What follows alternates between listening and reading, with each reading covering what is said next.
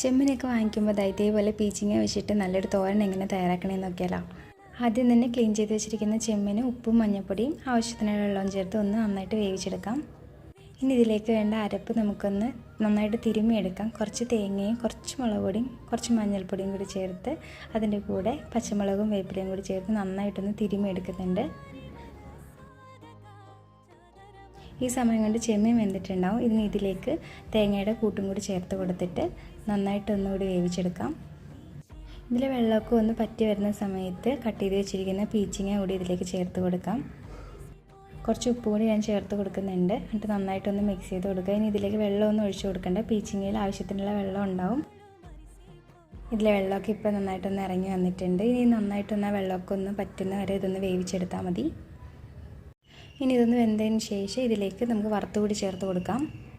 ഒരു ചട്ടിയിലേക്ക് ആവശ്യത്തിനുള്ള എണ്ണ ഒഴിച്ച് കൊടുത്തതിന് ശേഷം കടുക് പൊട്ടിച്ച് അതിലേക്ക് വറ്റൽമുളകും ചെറിയ ഉള്ളിയും കുറച്ച് കറിവേപ്പിലയും കൂടി ചേർത്ത് നന്നായിട്ടൊന്ന് മൂപ്പിച്ചെടുക്കുന്നുണ്ട്.